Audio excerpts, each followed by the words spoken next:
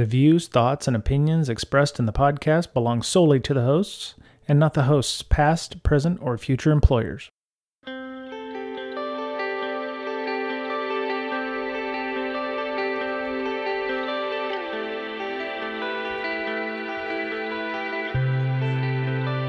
Hello, everybody. Welcome back. It's Brian and Mr. Betcher for Breaking Down Security. Hello. Let me see. Has this been the first live show since the world fell upside down? Yes. Okay. I know I talked to Alyssa Miller late or early last week, and that was one that we had done, or I had done at least, post when everything turned upside down. But how are you doing over there in Austin, Mr. Betcher?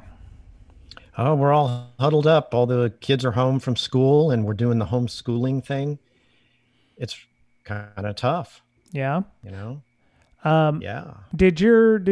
So I've listened to Defensive Security, and there's a numerous amounts of podcasts and articles out there about, here's the new paradigm, the new normal, working from home. Did your company already have things in place to be able to do remote work? Yes, for the most part. Okay. Most of my team works from home anyway. Right. So it wasn't that big a deal for that team, but yeah, some businesses, like if you're in the healthcare field or you're in banking, I mean, those are critical. So yeah, I don't know. Yeah. Most people I know are working. They're just working from home, or they're, working in doctor's offices, pharmacies, and things like that, grocery stores. Yeah. And I don't know if we've ever disclosed it, but your wife is a pharmacist, so she's still on the front lines, and so to speak, on getting things out there. My sister is a radiology tech working in an ER in Springfield, Missouri.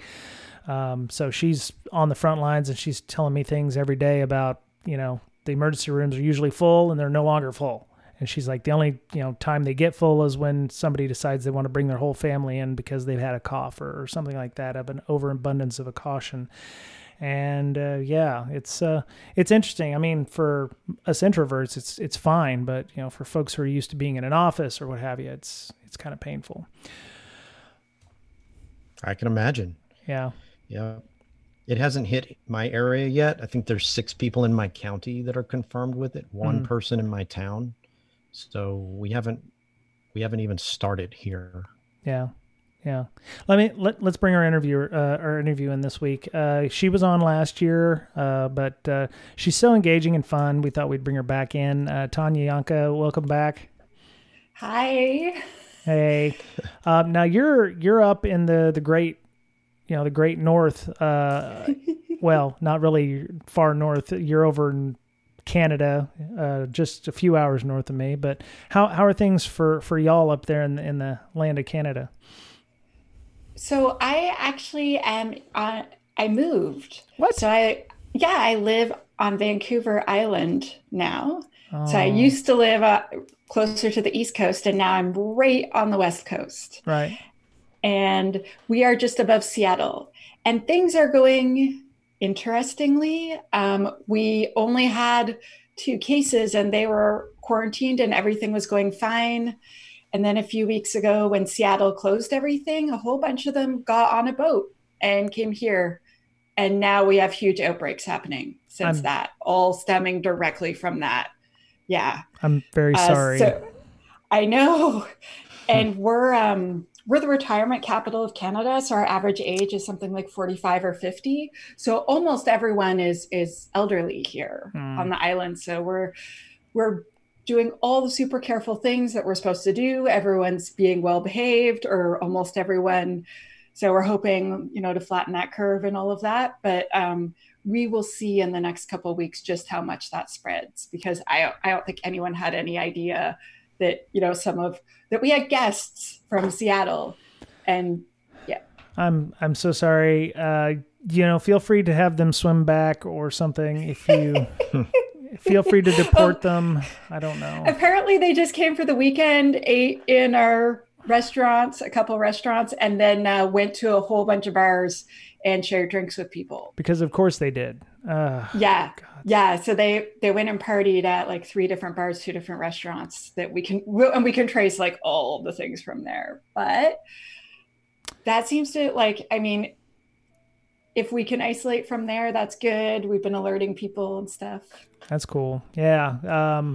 Everything that I've been in sequestration here. I think the weekend we did our episode with Dave Kennedy back, the first weekend in March was the first week where we were working from home. So I'm in week 5 of our stay at home, stay safe initiative that the governor's gotten. For me, it's fine. I actually like working at home, but the lack of travel, I get out and I walk and stuff, but it's not the same. So I think the biggest worry that I have is food safety, and the fact that they haven't shut the restaurants and everything is great, because that's one more food supply system that is still in place, versus if you shut those 2 and you only had to rely on the supermarkets, I think we'd see more outages from the supermarkets themselves. And plus there's a lot of large cities, New York especially, where you've got 3 high-rise buildings with one, market underneath. So you've got 30,000 people trying to get into one market or something like that. So having those restaurants open is good. So I didn't want to talk about that on the podcast, but it's almost like the 500-pound gorilla in the room. It's like, why aren't you talking about that? And I would love to have somebody on to discuss, implementing new technology in a crisis situation or incident response, dealing with this scenario, because nobody thought of pandemic as a thing, or a mass outage or something like this. So maybe in the future we'll have some people on to talk about incident response or business continuity. Ryan, what's up? Have any pen tests gone or been canceled because of this? We just had our company meeting today. I actually heard we signed some more contracts with some fairly large company. I don't think we have anybody who's canceling them. If anything, it's some smaller companies that are, it's a requirement of larger companies are working for. So in our case, I don't think we're going to see much of a reduction in work. Our boss said that even if we didn't take any more gigs, we're pretty much planned out till October. That doesn't include any of the other side gigs or things that we get for other companies. So I don't know if it's the same for other companies, but we're pretty solid. I don't see PM work going anywhere, because we do need to at least have some kind of oversight. So, I think for the most part we're okay. If you definitely, like my mother or my brother who work in non-essential work, he's lost one of his jobs and he's put on partial furlough on the second. So, for some industries it's killing them, but for right now, I think we're all right. So I would assume in healthcare industry, you're fairly solid as well. So got to keep the lights on. So, all right. So we had Tanya on. Ms. Berlin, she's got some things going on in her life that I'm not going to talk about on here. So she will be back when she gets back. As a benevolent leader, I let my people have all the time off that they need, because I am like that.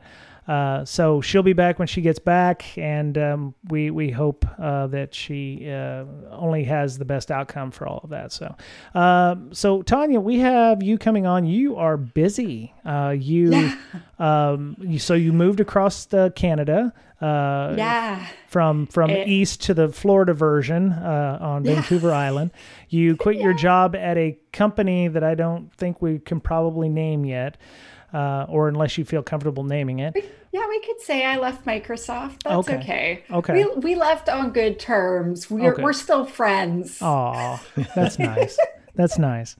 And so you decided to pursue your passion for educating people. So you started up shehackspurple.dev.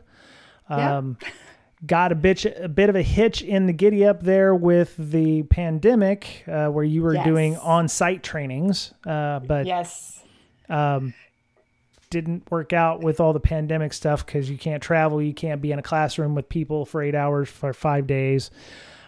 So what are you doing to ameliorate that? I find that if things, if life gives you lemons, you try to make lemonade. So if I have to cancel my travel all over the planet, instead, I have been creating lots and lots of online content. So I have a membership kind of club now. So for $7 a month, you can get all of my content instead of just some of it. And I'm working on creating a whole bunch of courses. So if I can't come to you and give you the course, what if I make the course online and interactive, hands-on stuff, but that you can do from home? I think that a lot of companies right now, they have a bunch of employees that are working from home that have extra time on their hands, like even someone that usually works from home. So there's a lot of stuff happening right now.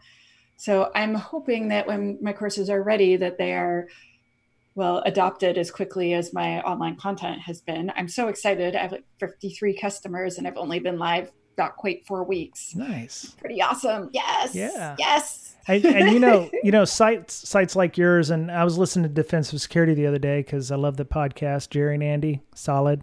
Go listen to Defensive Security. They were talking about that this is a perfect time to upskill. So if you've got a lot of extra time on your hands, whether you like it or not, use this time to learn something new. Learn, application security. Bone up on your ham radio stuff. I actually saw there was the local DC 206 was talking about doing online ham radio classes and testing. They actually gave the first online ham radio license test to people. And so this is a great time to learn new things. So, or, listen to podcasts. Absolutely. Such as it is.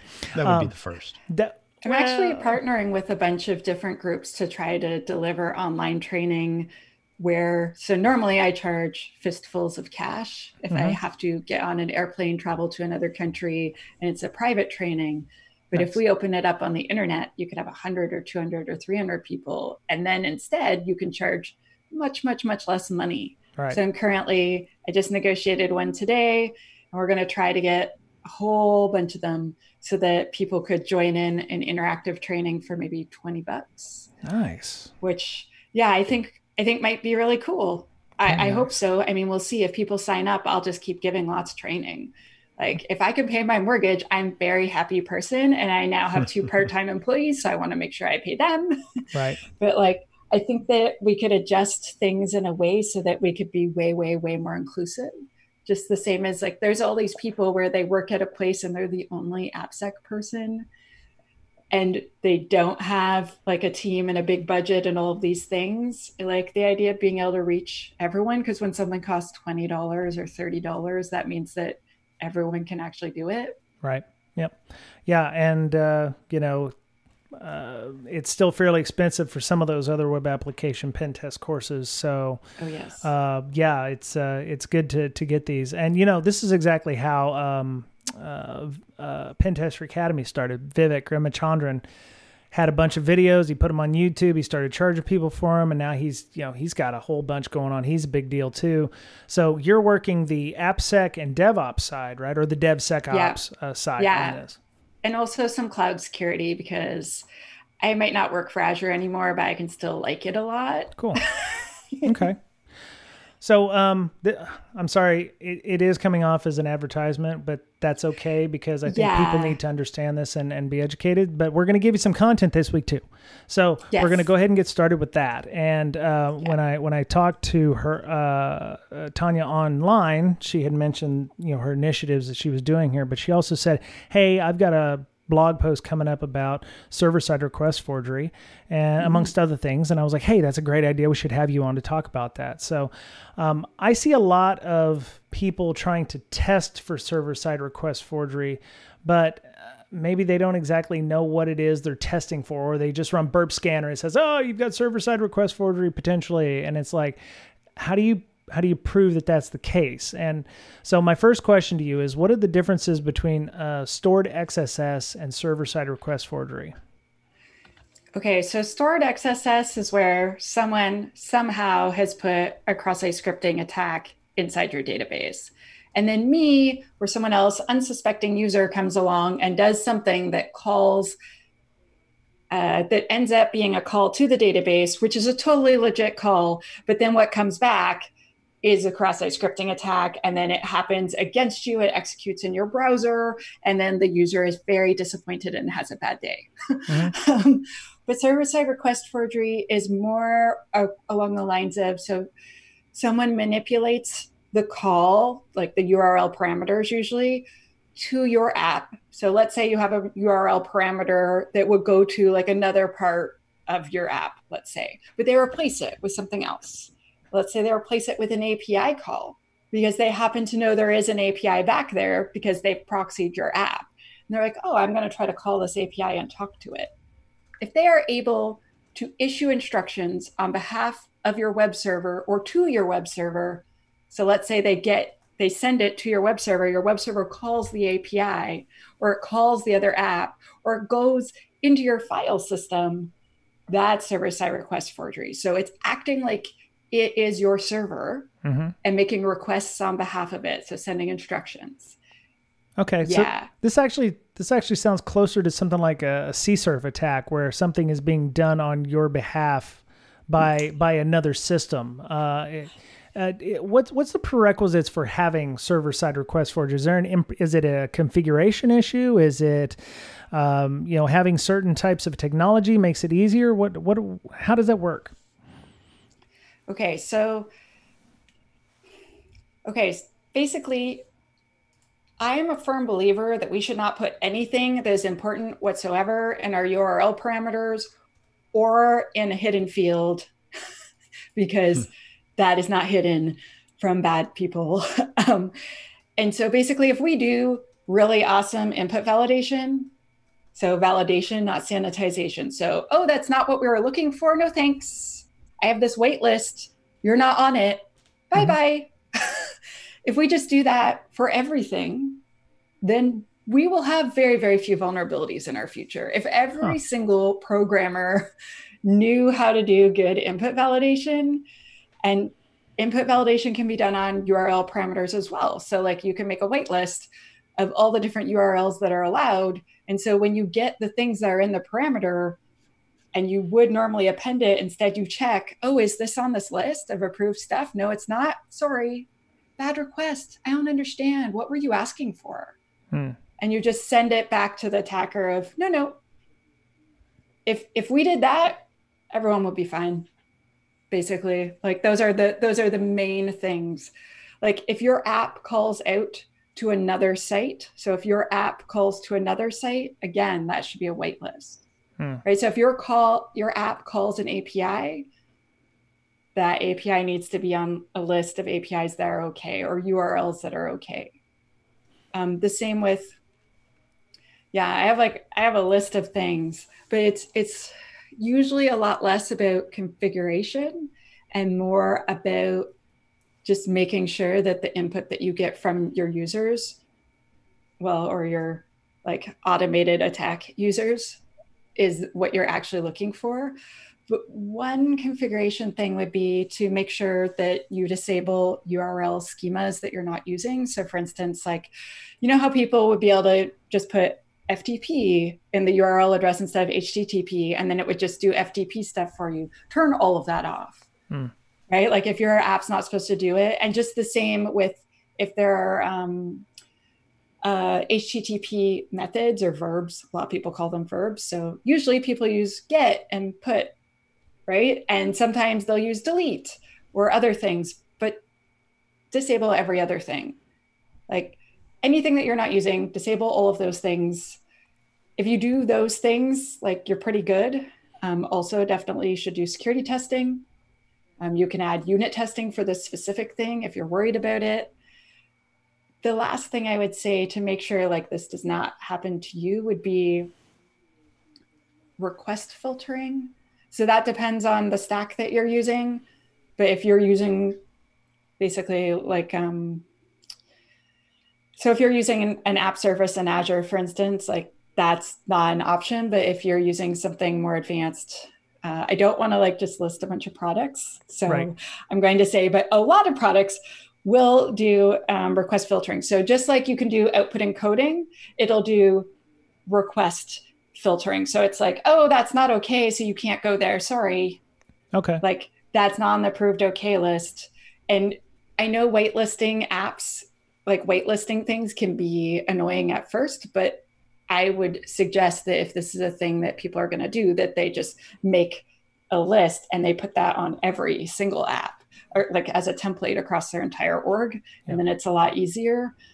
Even if you just block like 80% of things, I think you would be doing a lot better. I also have like a list of mitigations, like for harm reduction, if you wanted to go through them, or I don't know if you want to talk about this all day. Well, no, the whitelisting stuff, Mr. Betcher's a huge fan of that. He doesn't deal with it from a web app point of view, but he has various whitelisting is just the way to go. You shouldn't be trying to, you shouldn't try to exempt the world, or, to try to, that's a huge elephant, and, allowing only what is known good. Now, you mentioned proxying traffic. Does server-side request forgery require some kind of proxy of a connection, or some kind of, modification inbound between the user and the server? Or could this be something legit that the user sends to the server that the server misinterprets? Could it be something legit that you would actually just, like, a user presses a button and then it does it? I think that's unlikely. I think it would be more like a user's using the app and then they add some stuff onto the end. Okay. And then they end up getting it. So let's say you have a URL and you can do like path traversal attacks where you add like .. and try to see where you can get. If you can figure out how to talk to the web server, like if it's going to take it and then go somewhere, you can still add like basically the exact same as a file transversal attack, like a path transversal attack, where if you can get it to, like, let's say it's going to go to a file server inside of your, basically all of this is you getting past the firewalls. So if your app is going to say like, oh, and I'm going to go retrieve this file for you, as opposed to you looking for it right on the web server, it's going to another file server. That's where it ends up being server-side request forgery, because you are imitating like you are this server, going and doing these actions on its behalf. I feel like earlier when you mentioned cross-site request forgery, maybe we should define that really quickly. Yeah. Yeah, please feel free to do so. There are two different types, but the one that got me was the stored XSS. It seemed like that would, because it's stored on the server usually. So I was like, well, if it's stored server side, then So please feel free to. So cross-site request forgery is basically where someone is able to surf on your credentials. That's why we call it CSurf. Right. But also because of the acronym. But the idea is like, so let's say you're logged in to, so like I like to shop online. I'm a nerd. I don't want to go out in public if I don't have to. And I really like dresses. So I will like shop for dresses for like 4 hours straight. But if I click on a phishing email during that time and it sees I'm already logged into my favorite site, it could issue an action to that site, which could be like a purchasing of a big screen TV to the attacker's address, not my address, right? And because I'm already logged in, if it is vulnerable to CSurf, then it'll just do it, because it like they'll just steal my session. They'll just act and take advantage of the session that's already in place and imitate me, and the app won't understand that it's not me.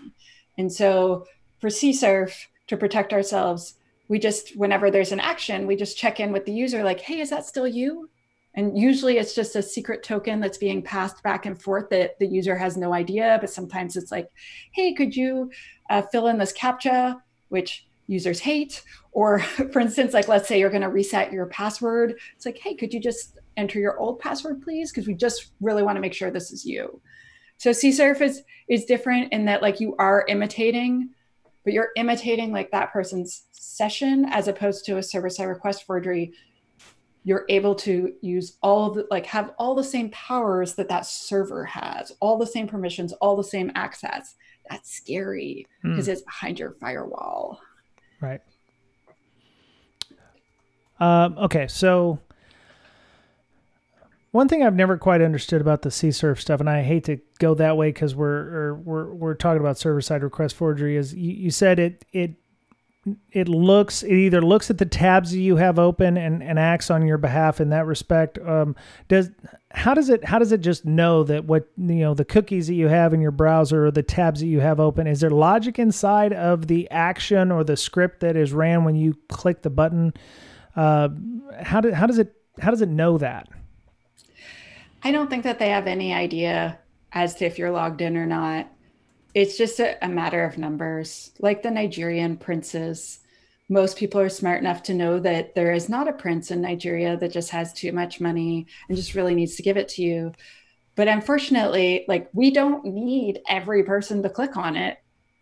Really, you can make lots of money, unfortunately, by just fooling a small percentage of people. And so if you send out this phishing email to, let's say, 100,000 people, and then it actually gets into inboxes of 20,000 people, and then let's say of those 20,000, 5,000 click on it, and then of those 5,000, how many are already logged into, let's say, AliExpress, right? AliExpress is used by millions and millions and millions and millions of people every day.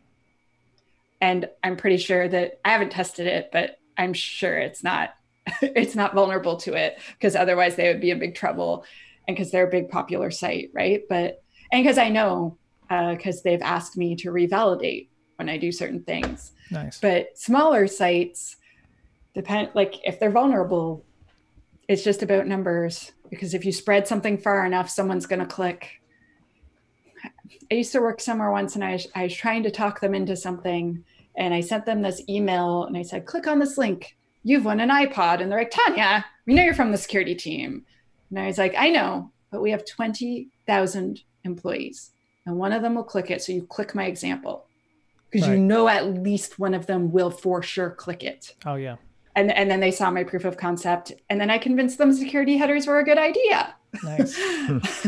But the point is like, if you have enough numbers, like big enough numbers, you can still win at those types of attacks. So you mentioned input sanitization. That fixes apparently everything from cross-site scripting to SQL injection to server-side request forgery. This would be sanitization coming back from the server, though, right? Not necessarily from the client going. So SQL injection is fixed by usually input going from the user to the server. You actually now have to look at the traffic coming back from the server to the user. Mm-hmm. So in reverse, so ingress and egress in this case. Input validation needs to be done on the server side, because as someone who owns multiple web proxies, that is so easy to get past if it's in your JavaScript, if it's on the client side. Like, maybe you want to put a little bit in your JavaScript just so that, you can save some time so you don't have to go back to the server so much. But it's so simple to get around, right? So you need to do that input or that validation on the server side always. And yes, if you are going to use that input and then go to another page, or basically if you're going to make a decision with something that came from the user, you got to do whitelisting. How to do whitelisting decision-making, not blacklisting decision-making. OWASP has taught me that time and time again. Right. So I've been working with customers and clients, and we had an engagement, and I won't mention the customer, but they said, you have server-side request forgery. I said, you have server-side request forgery. And like, oh, that's okay. We have content security policy, and we have the cores and the CSRF flags in place. And I blinked a few times, and I was like, okay, great. Appreciate that. Can you tell me why I blinked and said, oh, great, appreciate that? Because those don't have anything to do with blocking server-side request forgery. Those are important. Like, you do want content security policy, but that's more to protect against cross-site scripting. And cross-site scripting is definitely very prevalent in lots of apps. It's really easy to accidentally make that mistake. So having server-side request forgery, having your content security policy header set up really strict setting your cores, your cross-site origin, like resource sharing, like setting a predetermined list. Like I accept scripts from here, here, and here. And if it's not from one of those places, I'm not running it, period. Yeah. Like when you say all the things that can call out and that's it, you just stop so many attackers in their tracks. Like I often explain to people, okay, so if I do a test and I verify I can do cross-site scripting, there's usually this little tiny field that has like 20 characters. I can't attack anything realistically very well with only 20 characters. So the first thing bad people do, malicious actors, is they call out to somewhere else with like pages of cross-site scripting attacks, right? Like it's pages of JavaScript. And then they're like, wham. So if you have content security policy, if you have your header set up with your list of places, obviously that malicious actor's website's not going to be on that wait list. And then you just basically stopped their attack or made their attack really, really, really, really limited. There's not very much that you can fit into, 20 characters or 100 characters. Mm-hmm. And so that's the magic of that. But that has nothing to do with server-side request forgery. Okay. Like I'm glad they're doing it. Like, please use security headers.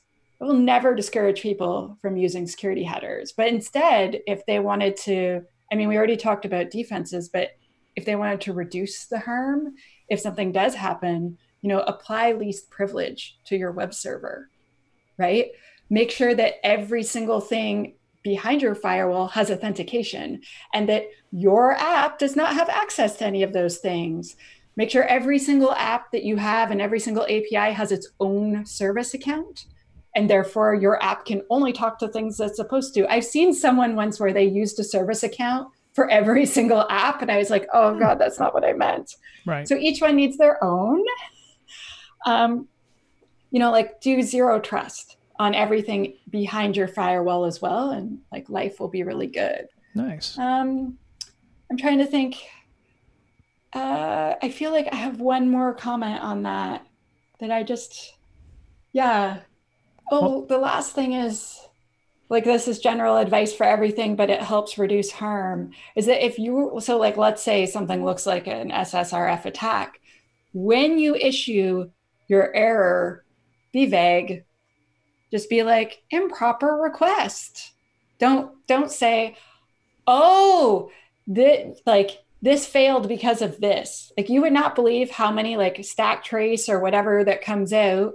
And then I'm like, cool, thanks. Now I know how to fix my SQL injection attack so it's better. Or like, oh, you're running that version of that? Awesome. Gonna go look up that for vulnerabilities.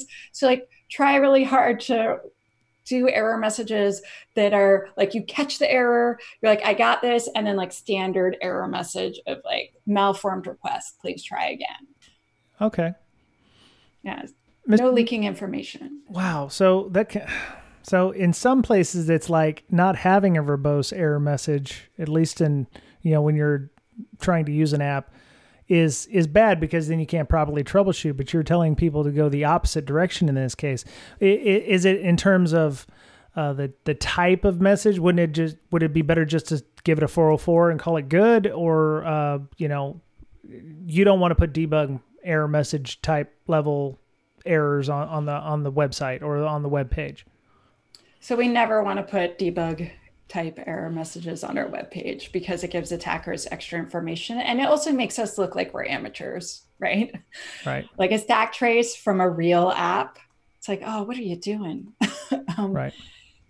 I do hear what you're saying, though, that it's really annoying when you don't get the information that you need to troubleshoot. But if someone, I was talking to someone else this morning, like one of my clients, and I was explaining to them, like, listen, if someone's calling your API, like when you're first testing and like they've never called the API before, you can do some debugging and all of this. But once their app is calling your API, it should never have errors. It should never be like, oh, I sent a malformed request. If it's sending a malformed request, something's wrong, right? So trigger an alert.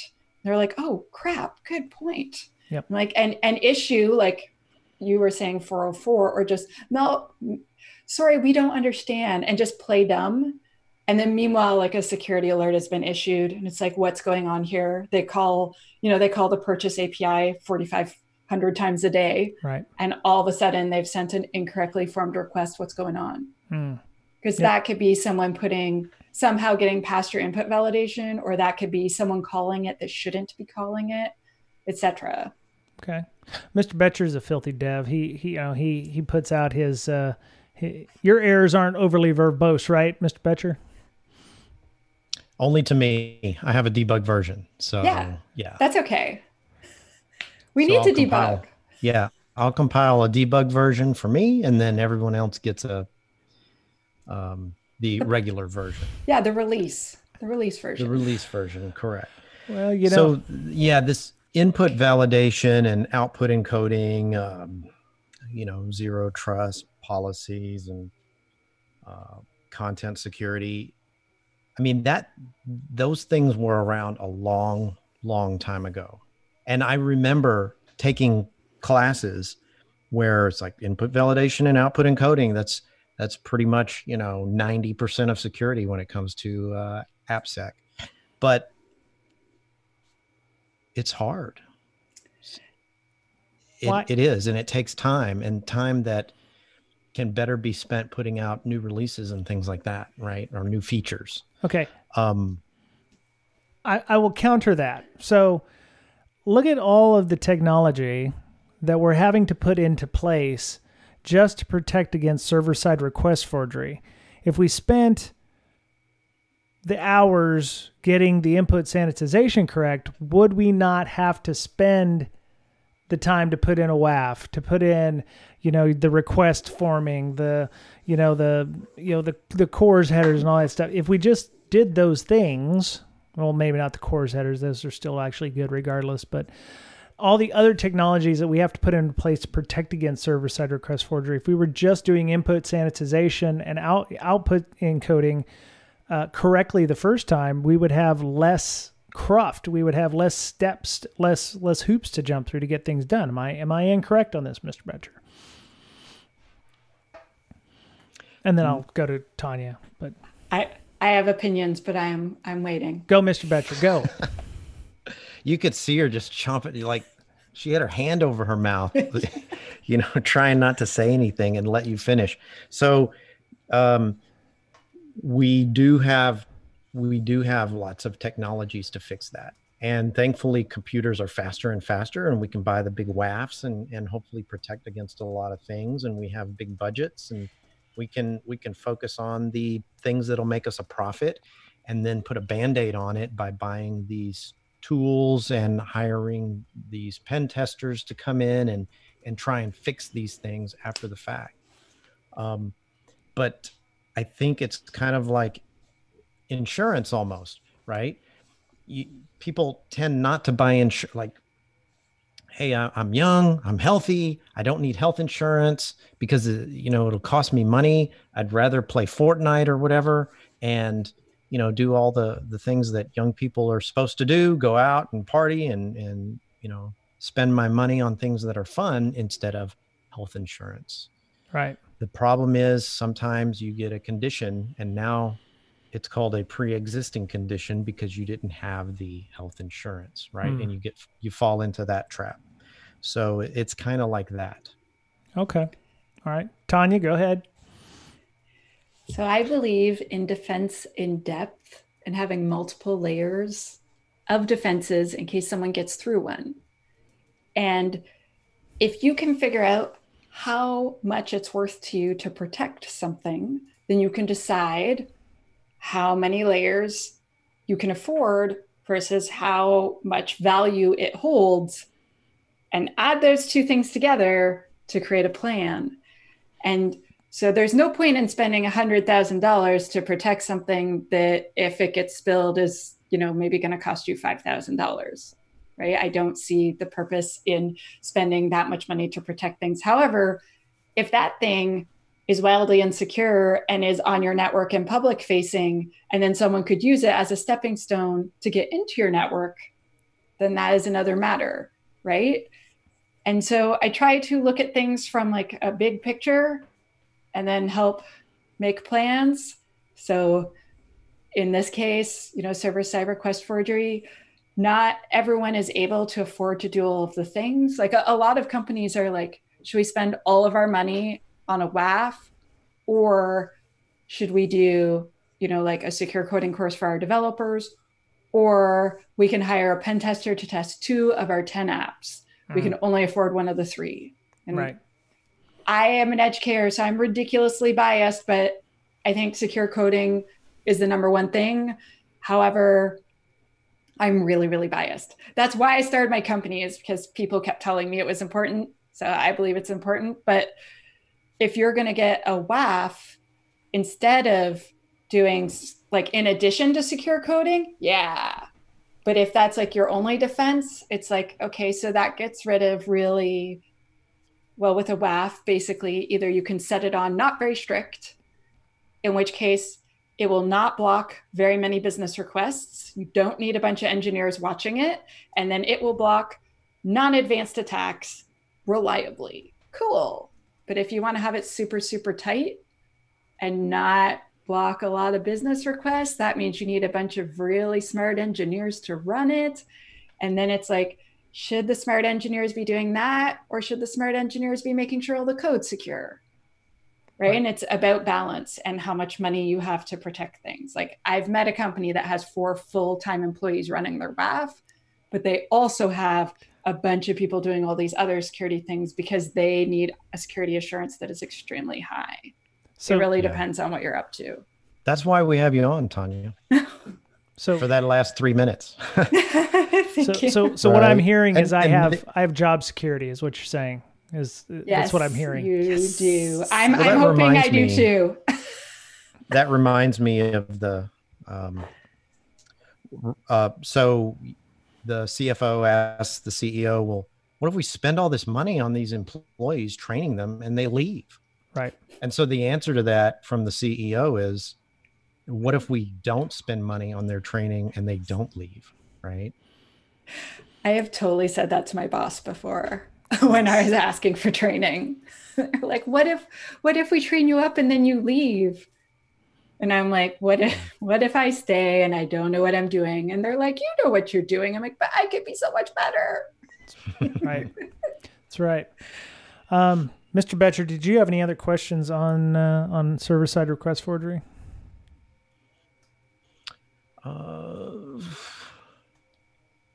No. Cool. Okay. I think we covered it in that last exchange, really. The training, the WAF, the money, the investment. Mm-hmm. I don't know, Tanya, you got anything else to add? Honestly, I was really hoping we would speak about GitHub Actions, but I also see how we're running out of time. No, we can definitely make this a 2-parter. I actually just thought about this. Are there any server infrastructures or tech stacks that are strong against SSRF? I know some people tend to use Angular because it's type safe, so it's good against some protection. It has some protections against cross-site scripting. Are there any tech stacks in DevOps or whatever that is strong against SSRF? I don't know any that I can name off of the top of my head, but that does not mean they don't exist. I'm quite often facing a thing where people don't want me to name specific products. So sometimes I don't have the names ready, if that makes sense, but no, I don't have a list, unfortunately. Okay. Yeah, that's not a problem. The Angular is the only one that I know of because it's what they consider type safe or whatever, that it handles its data properly or whatever. Anyways, and I probably got that wrong. I look forward to your angry emails and people. So